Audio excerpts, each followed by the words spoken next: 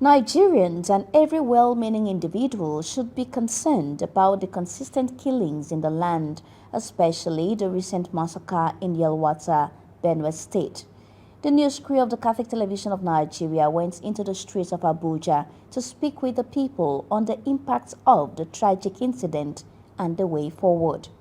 The harrowing events of June 13 to 14, 2025 in Yewata, a sleeping farming community in Goma local government area of Benue State, was brought to the fore as over 200 villages, some estimates suggest as many as 476, were massacred in a single night, their homes reduced to ashes, their cries drowned out by gunfire and the chaos of destruction. The perpetrators, widely identified as armed Fulani headsmen, struck with chilling precision, leaving behind a trail of devastation that has sparked national and international outrage. The Yelwata massacre, which has drawn international attention, with Pope Leo XIV calling for justice and peace for Benue's rural Christian communities, with local protests in Makurdi led by youth and figures like social media influencer Very Dark Man, had strongly been condemned by both Christians and Muslims alike, with prominent Nigerian figures calling for an end to the wanton killings plaguing the area. To this end, President Bola Ahmed Tinubu, who directed the governor, Father Hyacinth Alia, on a reactive approach in ending the gruesome killings, also visited the community, vowing to end the crisis. However, the visit by President Tinubu has been greeted with mixed reactions, as some Nigerians are pessimistic about the visit.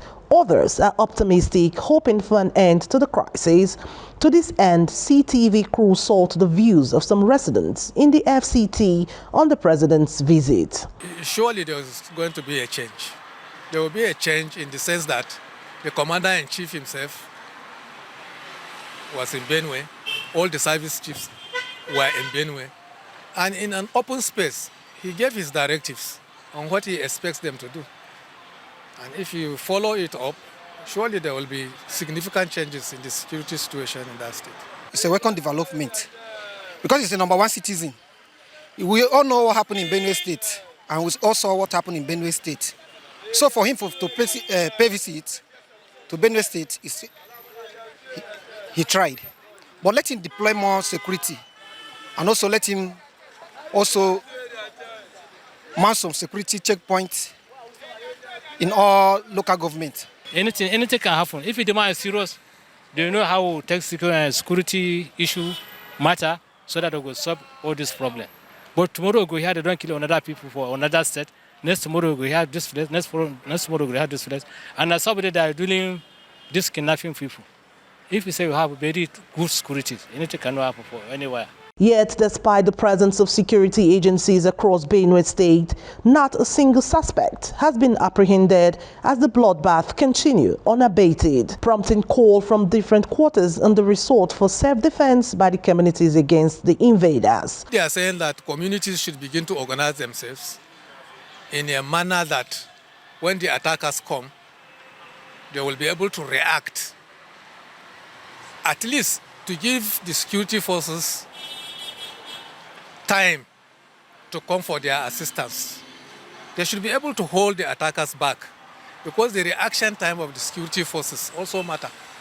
And if this community cannot organize themselves in such a way to say, oh, let's do this, to give our security forces the time that they needed to be able to come and assist, then it will work.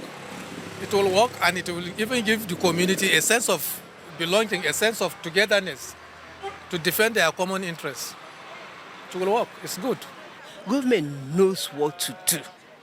In a civilized society, they know what to do. Those people are not bigger than Nigerian army. Those people that are perpetrating this wickedness are not bigger than Nigerian government. If government want to tackle it, they will tackle it, and they will put a stop to it. For self-defense, no, I'm not calling for it. But where the worst come to the worst, people will resort to self-defense, because you cannot be watching your children being slaughtered like an animal. If you have a pistol, or you have, let's say, a stick or plank, at least you will do something before they kill you. But I'm not advocating for self-defense. What I'm still advocating is that federal government should look into it. And I know they have the capacity, they have whatever it takes. If they want to suppress it, they will suppress it and bring those bandits to book. And once people are being judged and correct punishment is being meted on them, I think this thing will stop. Seriously, we need president to put more emphasis on this and security at large. And there's nothing like self-defense. Me, I cannot defend myself. Actually, what's the uses of the security? What are they for? They are to protect Nigerians and their properties. And the police are always saying that we are our friends. They are not our friends. They will not go to the streets and check something. They will come and be killing people or be arresting people like this. Police will arrest you and check your phone or whatsoever. They should go there and check. Everybody, every student should be at large. Please, I'm saying this. Everybody should be the defense of themselves in whatsoever way you want it to be. Be at alive, be alive, be what? Be alive. I get my point now. Let your consciousness be 100% loaded, and let your sanity around where you live be very, very at alert. Check it out. So that's it. I'm just urging the southern students across the northern region, especially the Benue state, to be very, very conversant and be what? Be proactive in what, and be vigilant in what they are doing, and information they divide out. Because these people of a thing will come like a friend to what? Evaluate and narrate what? The environment they want to attack. Before you know it, you might also give them information, and this is what's going on. And before you know it, in the day run, in the night, they will come to attack. Be at alert and take care of yourself, and look for every alternative around you by the police. Get the number of the police IG or whatever, security personnel, NEMA, everyone. Get it as an emergency contact and share it across. With that, you may save a friend and you may save yourself. With the escalating crisis in Benue State, known as the food basket of Nigeria, and the killings of farmers in rural communities, there have been palpable fears in the country on the adverse effects on the food production and food security in the country. But wherever there is insecurity, almost everything, not only food production, everything comes to a standstill, including the food you are talking about. I cannot understand why a group of people can come into a community and cause trouble when you cannot go into their own community to do the same to them. I cannot understand why, just because we are all Nigerians, any group of people can move from one state to another to go and attack another state. It doesn't make sense to me. Every state in this country has sufficient land to rear their animals. You don't need to go to another state. You should start from there. Each state should control its own animals and manage them. They want to kill Nigeria in terms of food, because Benue is a state that provides food for that Nigerians survive. You understand? And Arewa and the north in large. They're transporting food to all the north side, the west side, and all the sides. They are producing different kind of food and fruit too, like bananas and plantains, orange, all kind of fruits. They produce food which Nigerians used to sustain. So if they killed Benue, I think Nigeria at large will going to be in trouble in terms of food, because as he closed the border and they don't used to bring food from outside countries to Nigerians. So we need to farm our food here in Nigeria. So if they killed a Benue, so actually we're going to have crisis for feeding and whatsoever. Benue is a food basket of the whole nation. They produce orange, cassava, yam, and all those things. So for them to attack Benue, you can see there will not be more production, because people will be afraid of going to farm and going to many places to go and farm. Because over 200 people have died in Benue. Who do you expect to go to Benue, to go to farm and farm? Many people will be afraid to farm. So there will be no more food coming from that side. Then I cannot go do my farm because I'm thinking, because now I cannot go to my farm because there's no security.